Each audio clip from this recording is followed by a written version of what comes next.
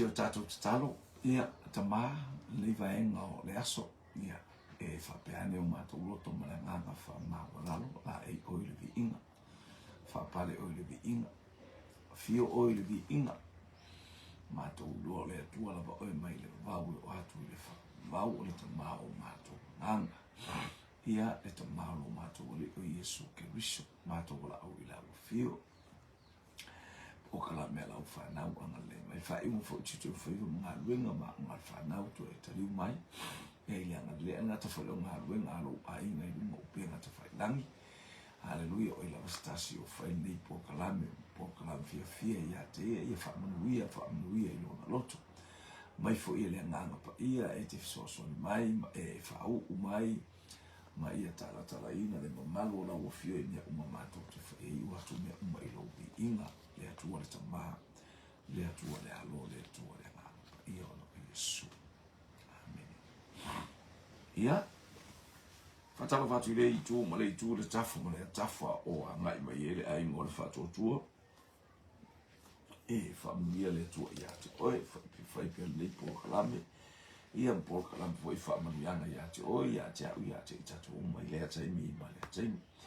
Haleluia, o tatu i eila nei tu aso ia, i ia lele mo ia tu lenga na whaafitai au talo le ngata fu ilo o lenga o e whaia i lea taimi ma lea taimi au haa ia le tato maafitanga e ngata fu i lele mo i le ngana whaafitai le tato topa au i le langi ia na whaamnianga i lungo si o tato watunu o Samoa whaafitai whai tatalo ia whaafitai fu i mo mea umalaba ono o i leanga le leo le atua le tau i Samoa nei manu ia le tau i Samoa nei ia o a fo inisi fiasua inga manisi mea tauna o mai. Fatu ate o mea tauna tutupu e le whai on tu ua le mea feta lai le atua e o mai ia te i tātua. Kai po wale o tātou tā pena mo tātou sauni o tātou loto wha maulalo mo loto wha to ese i le atua. Ona o i tātou o tangata wha le tona. Alofa mai le atua ia te o ia te au ia te i tātou. A o ye tātou whaasoa le tātou pokala mene ia fiafo le tātou te whaamasino i lom tā upe fitu. Whaamasino i lom tā upe fitu. Wa uman tofo ia na tuatu e kiti ona le tala ia tamā na te mo mia se mea sao. Na te mo mia o ia te ia le atua me uma fo ila ntali whaali le atua e whaali ma ia te ia. Hallelujah, me umma pe ona ia mana o mia ia la le praise God. Thank you Jesus. Hallelujah. Thank you Lord. Thank you Jesus. Hallelujah.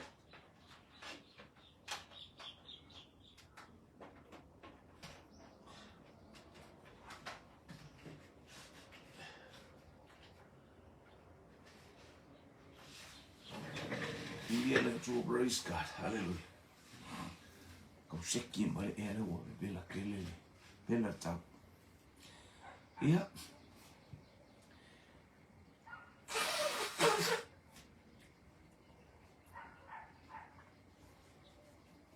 Praise God. Le ala o le asi i le tau asi i mai le tau e mitiana. Ia mamea uma wanga i mitiana ia leo savali le whaatonunga mai le atua. Savali whaalongo i le ali. Wa umana ia talo ina i tu ainga o lata ane manata lata ifu. Hallelujah e fisoaswane i taunga le tau o aia leo. Ele o tangata uma.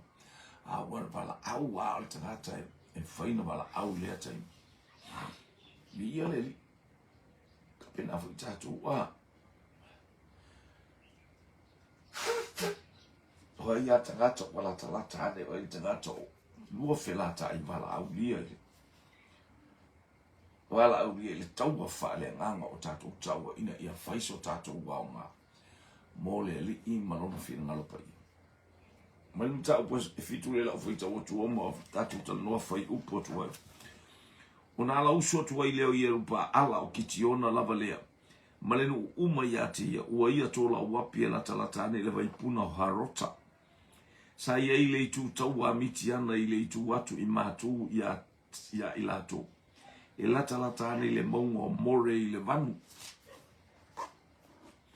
o yeru pa ala o le ngoa le fa palo ai tu so le ngoa fa pipi I lo tangata o kitiona o lona ngoa le ta watua I atua pe iei se atua o fia pe iei se tupua o fia tauta vama I te ia po iei se tangata o fia fa hari mai sona malosi a te ia lea o lona ngoa le ua latu ai haleluia ia le ua lata ia tola wapi po ua sauni mai le si au tau le spirito sauni tu pena tatou a te sauni uni taimi uma ua olo ia te tatou le au tau o tatou le au tau fa le nganga te le tau pe tau Israelu la ia ese fo I le wala au wino I tatou pe ana o fa ilo atu o lau waenga tatalo mo Israel o lau waenga tatalo o tatou tau alea tatou te tau le upu alea tua tatou te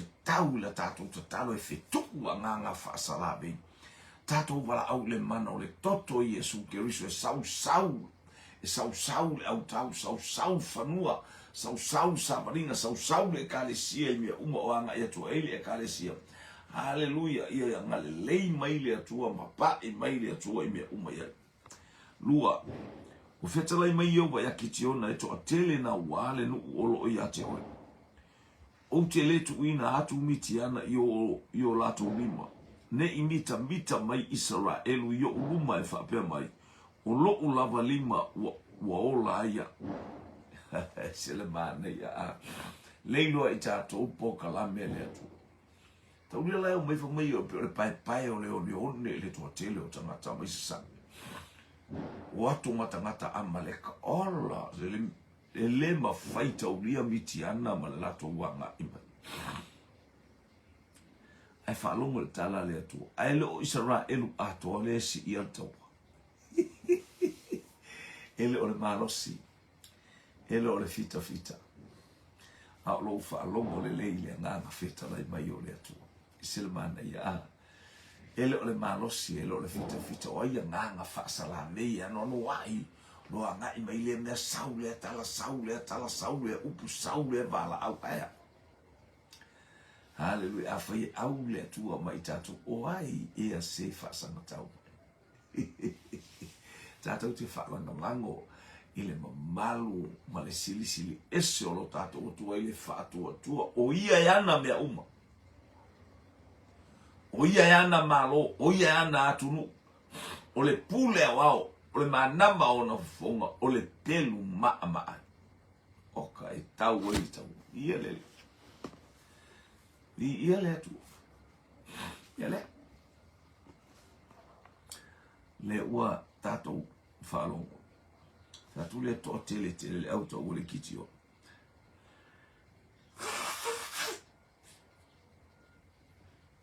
o le nei ia e alanga atu lava I le nu ia la tau langona alanga ia langona no mi le tau tala atu ia tau tala male manino tau tala male haleluia fatupu manatu le tangata o le atua le o feta lai mai lana au e na fo mea tatou te ia la ngaino le upu le atua mo le whaia o ngaina ma le tatou whaasoa ia langona e tangata tau e le au tau le atua fele I tu ai ngā tau ala e nofua tau wha loto lua tau alu whalangolango le wa ai ngā tangata whalangolango le to atele ui tu ai ngā tau umai le mana o le atua ie o le nega e ala ngā atu I le nuku o lato ia lato langona ia whape atu ai se matau mga tete ia li watu ma fo I atu nai le maunga o kili ata ona fo I atu ai lea o le nuku e lua se furu afe ma afe lua se furu lua afe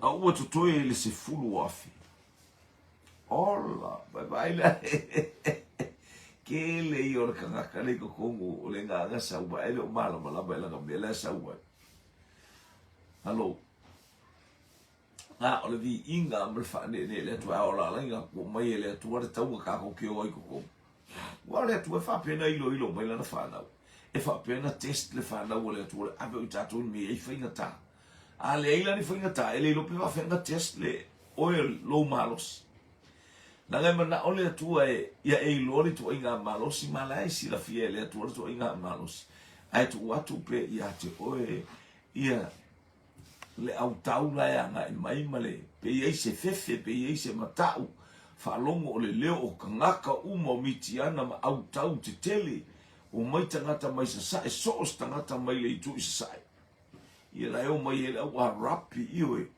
au Iran Mesopotamia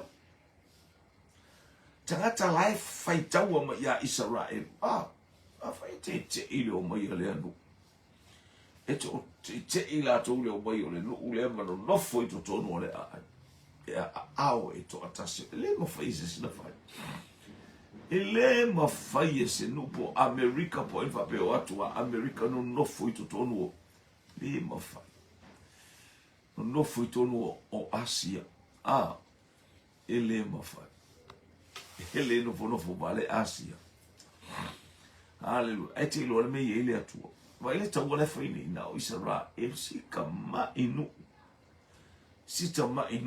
ni ia lele aya makua wale loa tala wale loa la wale ia ta o itu au ese atunu ai kupito Pakistana Iran po Persia Turkey Syria Iraq watau fai tuli oso me o matu tu fatasi e koe mingoi los ele popole i ai Israel Aisia malama o latu tamai ona mea umalai o lai tangata la malama le o mea o latu tamai ona umale tufa lai tufa ele la fair wherever around the world they understand Israel understand all those things belongs to heaven belongs to our Father in heaven malama Israel ele aise po ase me manu ele afaina Israel langa ole nuku ole atu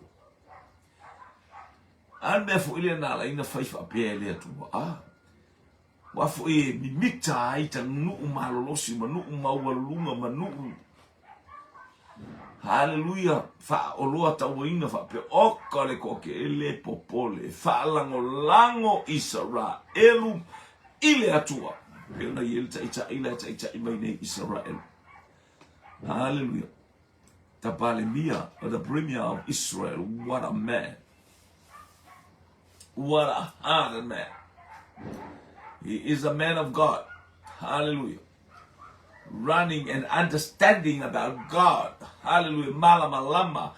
Fatamo ele no fu ale no polkala me uma e malama i upola fiompa ia letu.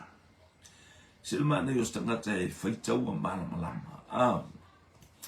ma nei o lo tato wo il tau o faine e malama pe te oti o fertu langa e te lo walu malo malama your God is God is in heaven e oti le tino nei don't worry this is the flesh that is the flesh die in flesh but your spirit no one can touch hallelujah e manu malo pe alo wanganga mole atu ele pa ia isis e malama manu malo lo atua i lo wanganga langa o ia na ia faia lo wanganga lo tangata lilo i tutu artino ia faigas kau aia kangaka ia fioki langa male kare siasa sa oe e oki mangu malo alelu oti mauti noa hallelujah. Tau tala fo i le oa ma le tamau a inga o le atua. Tau tala fa soa i le ola. Ele lei le atua. Ele lei le atua i teimi umalawa. Lua sfuruma le lua afe lawa foi. Nā nei tama i toru sfuru lua afe. Ae mai le atua o kaua koa kele ki tiona. E wha mawalunga tangata, lātou te whapeo lātou wana malo ai, lātou te le na ngona o le atuan tau mō lātou langa lae. Toa tele. Wha, ona whetalai mai ei lea o io wea ki tiona e toa tele. Hallelujah. E toa tele le au, ia e ave seina, ia e ave ina ifo i lātou i le vai. ona o tofo ina ai lea o i latou mo o i lea mea. O le o te whai atu ia te oe lua te o male nei, ona o lua ho ai lea maia. O le o te whai atu ia te oe lua te le o ma le nei, ona le alu ai lea oia. Ai ole wai la tofo, a ole atu ana tofo.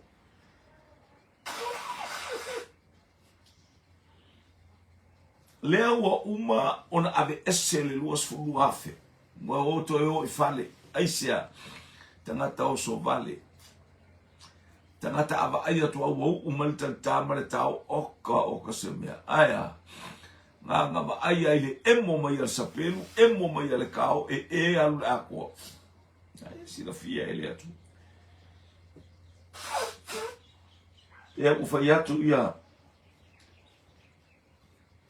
ne atua, le la tau i le vai ave ele au tau le la tau atua ia te oe tangata e ave ma tangata e toe whafo i le whale. Hallelujah. Wai koe lima, wa ave ina foi e ia le nuu i le vai, ona whetalai mai leo i ova ia kitiona, o i lato uma o e eto i o lato ulo whaiva i le vai. E pei ona eto le uli, e te tu ese atu i ate i lato, e whapea fo i lato uma, o eto atu tuli e inu ai. Kau whekulia kua le vai wha Afioki o le ua sāwa vale aku le vai le afe tangata ia wau. E afe. Le ua sāwa vale o sfulu afe tangata, sorry. Se fulu afe tangata wala ua o to lo sulu afe. Ai se fulu afe le ua toi whafo. Le ua toi o. Nana ma ai atua i le vai, nio vai o leo i le taua. Ena na wa ai atua i le vai tu le komanda ai alu i le atua le tuli. Fai taue e kitiona tangata la e inu eto. Kofo le vai ne o onga a ne yeisi tonga fiti le anga. Fai whapena i tātou te o tonga fiti ese fai e tangata e whapena o i tātou te fai tonga fiti vo i tātou. Fai fo iau tonga fiti lau whanau te iloan whanatali i le leimana ta motu ua utupe. I lunga le lau lau whapena alfa ia onga sa ua onga ai. Nau teu whale ora tu ma oka. Ola. Tupe alfa ia onga ia o latu ala martu la fono le alo to ma sane yo tango i se me sane yo onga oi. Ti ngala lo fia fai tupe o mana ena na. Tele i pa ia. Tele i tango ia. Whapena fo ia tele o tangata e. Whapena na whaia lato. Au wala e, maba ai pese, tangata whainga alwenga le lei tangata le, mafu anganarsi tia o tūlanga oisi tangata. Hallelujah. Ele whapese ilonga whato ai le taitai, ia na whato a oka ba ai le ilau malue. Ai pele ai le taitai, o tūlanga ai atu tusa sa ai. Hallelujah, lana ngaluenga ile iai malele ai o le taitai, na te whaia a whapera nunga. Ia le atu. Lea ua o te mewa ia tunga oka. Iwa se lau fitu se fulu tangata inu whao. Oakua kofu ile waila Afioki oka. Ewa aila ia. Tulo lea tua ia kitiona lau au taule na. Lo wainga. E siakile au taule lea tua ilunga le vai. Amene.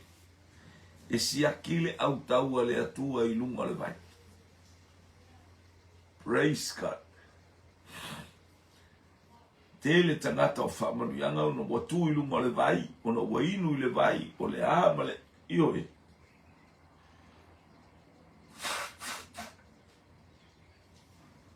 Pa whilua i le atua le mana onga le au onga apero amu, su enga stolua o isa ako i lunga le vai. O lunga le vaina tu ai a kopo e sau ia ra sela e. E a mai maa moi whainu anon tama. O lunga le vaina maua aile. O lunga le vaina manu maa loa aile fafine Samaria, ile nuku o Samaria. E uina amio le anga mea mo sa whainunga le vailea.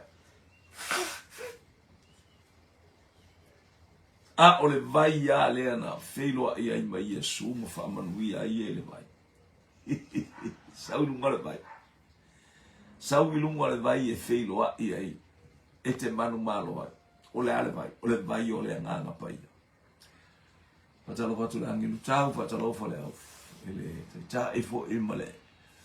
Tato whatonu i ia le li.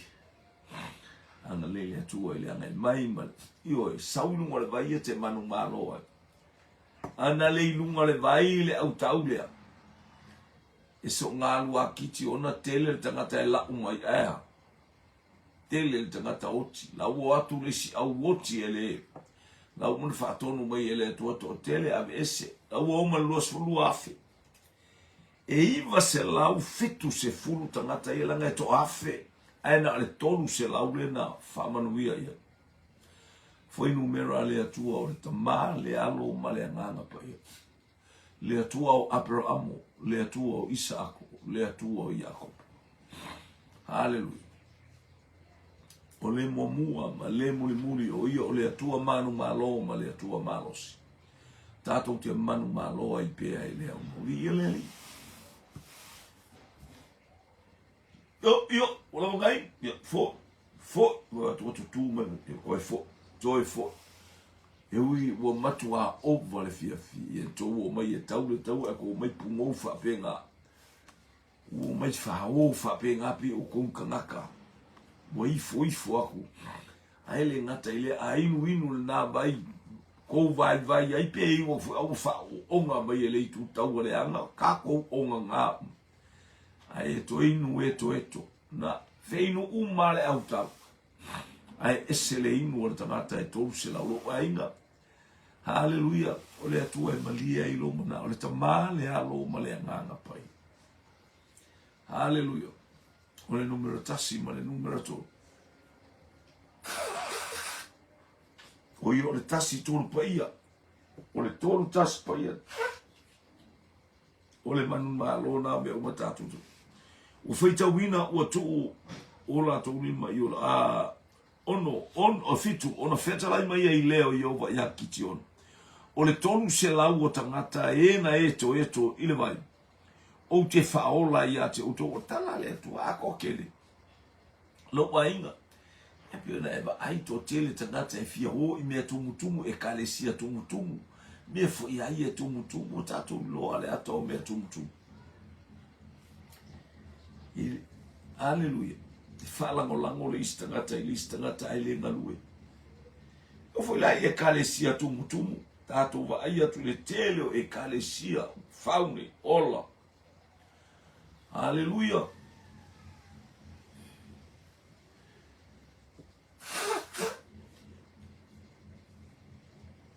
Vai atu le stemi na o. Na hunga mai le whaifi au. Na hunga mai le whaifi au. Na hunga le malo le atu. Ai sau solo tangata ia tutu malau papa whapea. Tangata ia o i tawhaingata. E sau e malea tali o le whaifi au. Sau e malea tali o le whaifi au. Tala le whaifi au whameo rātou i ele whaau unga o wapena. Ia sili nisi uma ia te oe.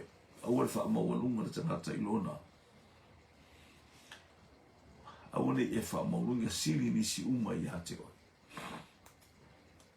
Mana ia alo lo atu whalea nganga o le mea. Mana ia le wha masino whalea nganga. Tātou wha masino whalea nganga. E tu sa ona whetalai mai o le atua. A o le tino e le mwhaina ia wha masino o le nganga. A o le nganga na te wha masino i le tino a toa ma le nganga. E ngā ioi mai ala le tangata ua ilo atu e wha le tino le mea lai whai mai.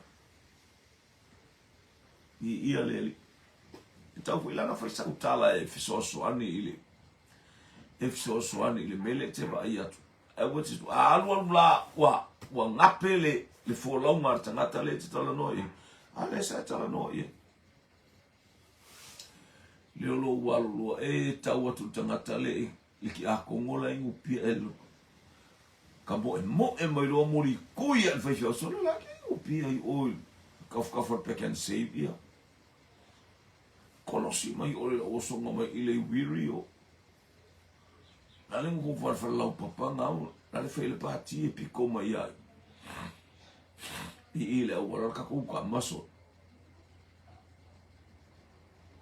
lo temi au tu mo se ava no e tan no e fai e tanga tsoli o fa pongi sa fo yo maka e nganga le anga le o latu la te inu mai o le ingunga le fai wiri fa pe a so sa o le vai o ia na mo o le sa no e se ia fa ma lo se ia te o e na te la o e na e te fola mai e tu so le wa sa o me e u tu poto yo mata a le e te le faina e u se ale le o ngā uola ngai ta atia mai au fōringa mi ele li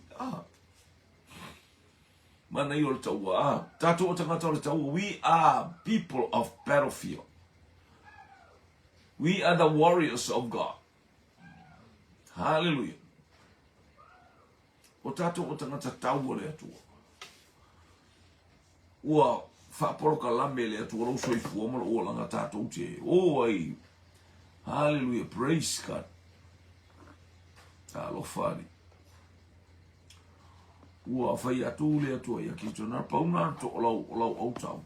Ke iki tiona. Si fa longola. O le lava po o fetala i mai ei o va ia te ina tula ia. Tula ia tu ia ma e aluifo i le tu taua. A wa o tu ina atu i la to i lo lima. E ko fa longola me ngare ko konsela.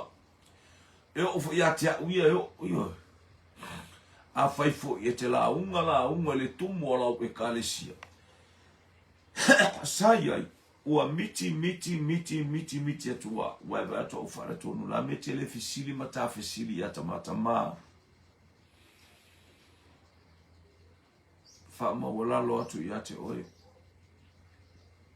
Mo wai atu atu mul mata o e kalesia o le intangata. Wha mawalalo atu i ate oe. A se me ua tupu le a foi se me ua au fai a malia lo fina ngā alofa mai lau ngālua o oe ana le ngālua fata malala au onga fata malala au onga ua fai a ilo uvi ingai ua fai a ilo uvi ingai i lau ngālua e toi a fua la kai sila fia le atu mea uma ala ilu matu a mai le ua fai a kitiona tu ilunga e anu o le au taula miti ana le la kao ku ia ioi levo mai a wa o tu ina atu ila to yo e sa we alu lo ngo na ya lu ps pai alu e fa lo a fai te fefe ona alu ifo lua te o ifo ile tu taua o lua mafora lau au ona e te fa longo i me uma wala to te tau tala ia e muli ane ona malosi ai leo oe. E aluifo ai ile tau, e aluifo ile tu taua. Ona malosi ai leo oe, e aluifo ai ile tu taua. Ona uifo ai leo o ila umafora lana au ona i aua ale i tu taua e pito mai. Ele fai e kiti ona se me whapea.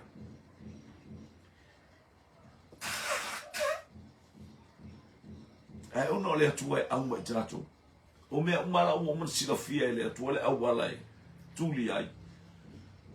Le awala foi au mai ele malosi a te au avatua ele malosi a te au avatua ele malosi i so se tasi o whaalongo le si ufonga o le atua. A mene whatalo watu ilo uso. E malponi, talofa mo le poni. Ia vi ia le li. Ana le atua mo o ele uso.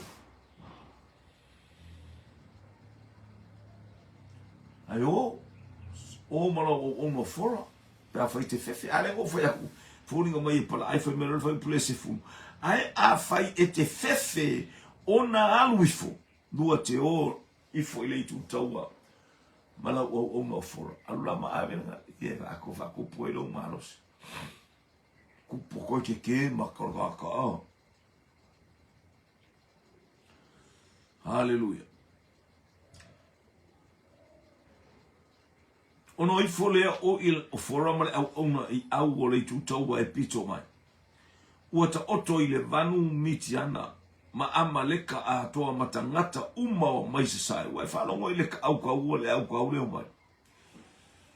o tangata mai se sae peno fatu se sae e ia le vaenga le o Papelonia o tangata na ta o Mesopotamia ina taimi ta ia ile au Arapi e ia tangata ese o Arapi tu ainga ese se fulu ia na ave ya Isamaeli matau ia e ita tele mai Isamaeli ia Jakob ile fana o Jakob le ngol fana na amela to wanga io ai tu wana to mai titile ai tu wana isa akole tu tupu mai tangata ne ai va ku o tangata mitiana ku mai ora ai kolu se lau au ka comparison fatu sa tu sanga kolu se lau ai pe o le onge mitiana tangata mai sa sae o Amaleka e lo le leia tu a wafo e sisi antanga mai ala vaengai foi meilo tala e pei o se ina tatele e le mafaita ulia ala to ka mela e pei o le one I matafanga ona tele oka sole e ka mo mai le o e tau mo mai le au tau le ele kele sepi ai tolu se lau kaule alu ngolo mi male pe e tolu se lau tangata ia e o ta pena ele atu e tau i tau hallelujah to alta malo yos to alta falongo le sipo last time mo el to alta hallelujah o ta oto ile vanu mitiana Amaleka atoa matangata umaisa e pei o leone pei o se ina tatele ka mela e pei o neone na matafanga le tele wo atu kitiona fauta o lo tau watu ele tastangata o lana miti yo le mua ale na fafa longo ia au wala saumi ile atuolo loto ya mumu maloto tele sauni e tau ta watu le miti ile tasi o fa peatu fa auta o faila o miti fa auta foi na ta vale le tasi potoi karite ile itu tawa mitiana wo o ile tasi fale ie wato ia ai ona pa ua ilea ua mafuli lalo ua tatia lava le fale ie ona ke ia ta mai potoi areto kala ngo ele tolu se lau tangata lea pa ale nganga o le tala no ele tolu se lau le ta vale tua tai ai le fale lea le wei I tangata ia va il fale hallelujah ona tali mai ai leo le tasi o le faile o kwa la fa makala le miki la fa makala le miki o ka me fa se mana yo isi miti o miti e fa fefe ai o miti o so hallelujah yo so ai o langona fefe yo so ai fo yo langona fia fa alonga to wato iai ona pa ua ilea ua mafuri lalo ua taatia la malefale ie ona tali mai ai leo le tasi ele ai se isi mea le nei ele ai se isi mea le nei ua na o le pelua kitiona le atali o yoasa o le tangata Israelu lea ua tuuina atu ele atua ilona lima o mitiana male itu tawa uma o le mea makau kia a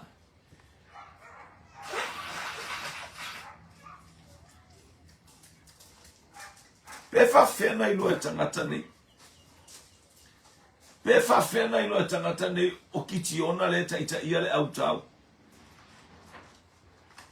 o le pelu o Yehova hallelujah le lima o le upu ale atua le whaalongo le ale pelu o le whaalongo le upu ale atua e maai hallelujah o lo ola le afionga Yehova o lo nga lue mai ele malosi e matua fatele ina vai tu tino ngā tino a ano ma mea uma. Alo, hallelujah. Le o whaalongo le awali ia. Waka. E matautia. E matautia la. Ia le ali. Talo foi lo tua fine ia anatongia manuia le anga mai ia le ali. Praise. E matautia a o mai ona tali atu leo le isi ua na o le pelu a kitiona le atali o yo asa whawhena ato i loa ia mea o lona winga ua longo ia o le taitai au ua whapena o na longo ia i tangata uma o le taitai au le taitai mea o tamai titi e ingoa ia kitiona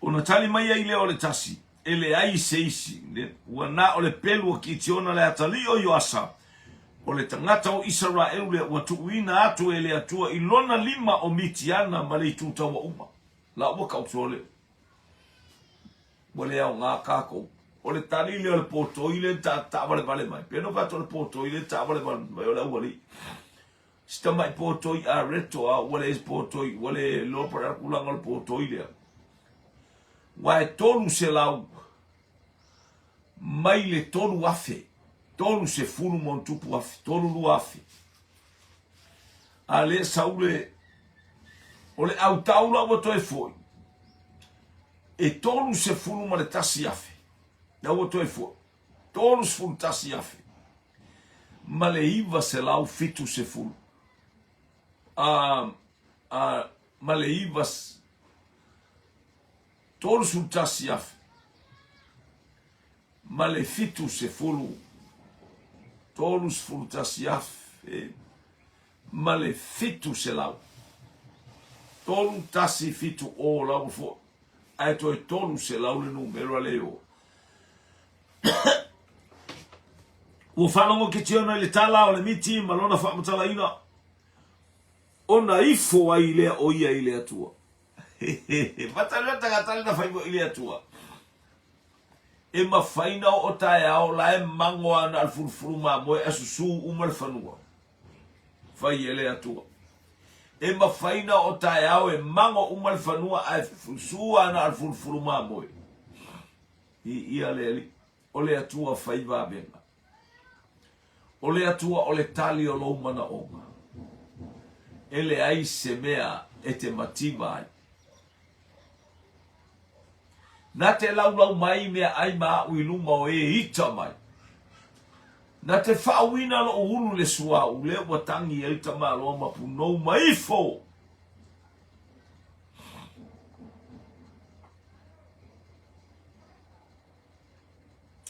Hallelujah. U whaalong ki te ona i le tala o le miti mara whaamatalanga o na ifo ai lea o ia i lea tua. Ua toe fo i atu i le tūtaua Israel ua ia whai atu tutu maia.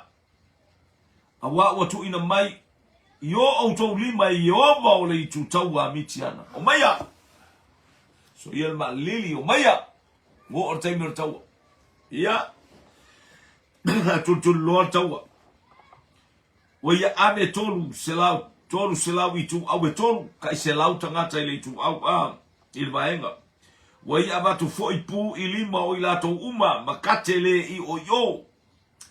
Ia lona winga o le mea ia o kate ia ngao mea i tono o kate Masulu i to tonu o kate. Wa ia whape atu ia te i lato ia o tau waba i mai ia te au. Ma ia wha o mai lama. Wha au ta fo i o au o te o tongala wapi. O le tongala wapi e pito mai ona o tau whaia lava lea e pei ona o whaia te mua taita ia la wang e tau te whaataita ia uma mea o te whaia tango i lau peru tango i lau kate tu i ai sulu i totonu ia la tato wo Hallelujah. Amatowilia pu oa uma ila to uma ya tau. O to foi to te ilia pu I sosel.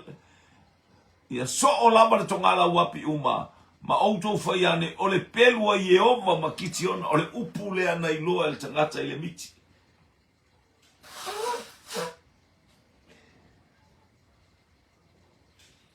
Eleo se pelua kitiona.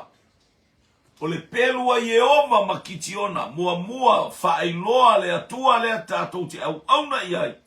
E ona le taua nei tātou te atua. Ni ia eleo se taua au eleo se taua autou. A le taua wa saunia ele atua. Ona o atu leo kitiona matangata e to se lau o ia te ia I tongala wapi pito mai.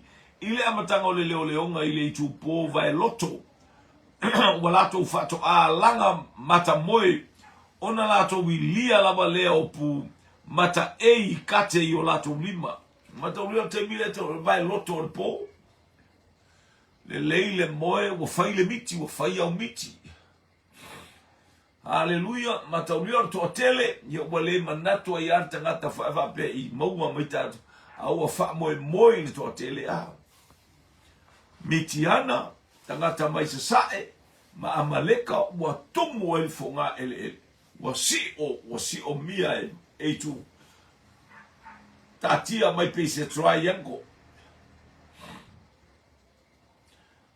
tulimanu o selau, tulimanu o selau, la watala ai selau, tulimanu I selau, le iai ia kitiona. For my kitiona, keep on looking on me, looking to me, what I'm going to do, you follow it. Hallelujah. O mea uma o te whaia whataitai. Mai o sua le au tau, se I longa lama o te whaiatu le tala ia te o tau pisa loa. Aua tau te pisa ele I pisa le nulana tutu mata. A o whaiatu lo e pisa, wha pisa lo mo mea. Are you ready to wha pisa? Hallelujah. Nale ua whalongolongo le nu. Wa o atu ki tiona matangata e to se lau wa ia te ia tongala wapi e pito mai. Ile amatanga o le leonga ile I tupo vai loto. Wala to fato a langa mata moe. Ona lato wilia lava leo pu mata eia lato kate yo lato lima. Ona ilia lea e pu e au e tolu. Ma lato ta ei kate ua ufo I sulu yo lato lima tau ngavale. O pu fo yo lato lima tau matau. O ili ai. Ona lato ala langa ilea ole pelua Yehova makiti ona. Falongo ile taua a. Le leile falongo. Hallelujah. Le leile whalongo. Io.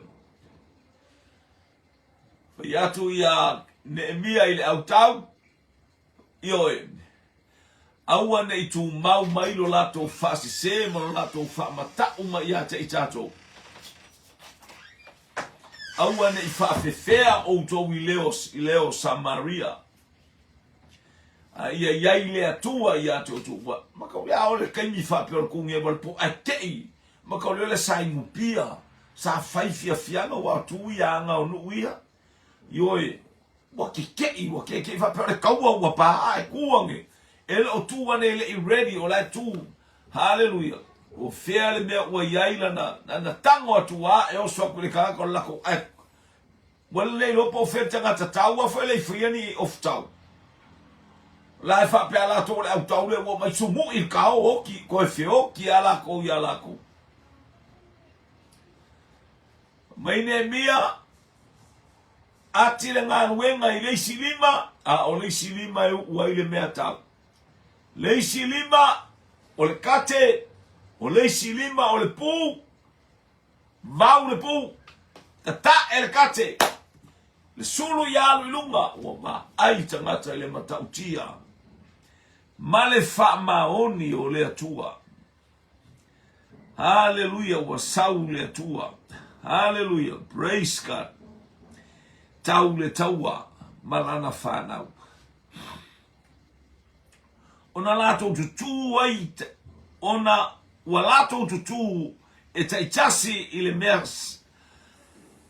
mea sa iai e si o le tongala wapi ona tau fetuli ai lea o le tutau wa uma wa ala langa wa sosola lava wa ilia pu e le tolu se lau ona fao o atu wa ilea Iova o le pelu o le tasi i le tasi falongo wa koe kuia e leisi to e fe fasia ia tangata to tele tangata mai matala e faleanga ai tatou aya mawalo to fatalise lau falongo fangese lau to tala fangese na ita e to e fo ia tua mena mai leva ela o ko wanga sa ko fo mai ka ke fer ka ko iku o ko wanga ko mai ka mai o ka ka le ala ka mai le ai amase kwa kese ia ala me la ko o falongo itala se le tau ala o to e tau ala to ai na o le fa masinonga e o mai e tasi le loto ai fa mai tala te to nome lo suruvan fa yu pe fitu e o mai le ala e tasi ai fitu ala e so sola la le wa emo ala ka ko yesu elo maola o le ska ka tui fasioki ala markania o Israel aleluia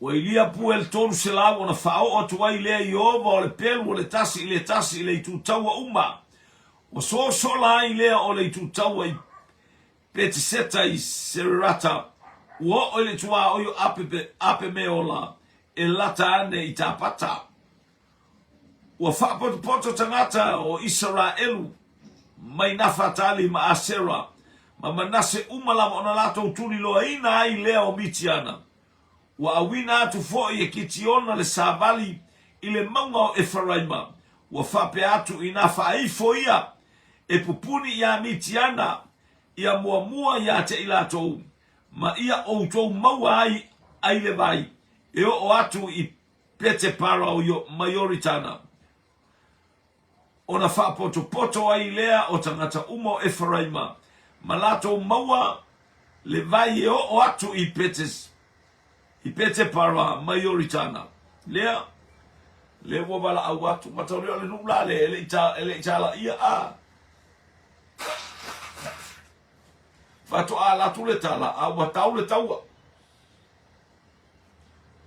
fato a vatu tala ya la toa si o mai na o so sola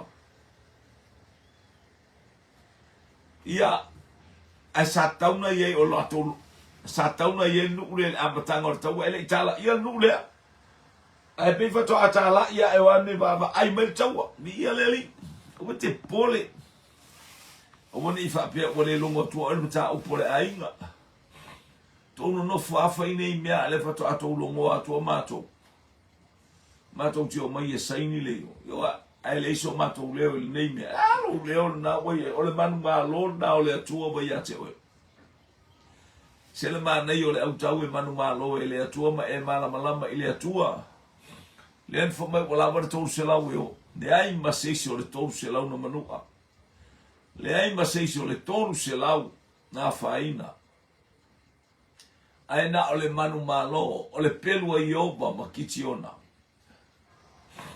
bi ia le lingua fasia e o lo ainga le nei Afiafi o mele fai pule lo sumana ma ona la to maua ai leo tamani o mitiana e to alua o reva ma se eva maua e Efraima tangata e lewa maua e Efraima tangata o tai o so sola wala to fasia foi o reva ilunga o le papa o reva o se eva foi wala to fasia ile mea e soli ai vine a se eva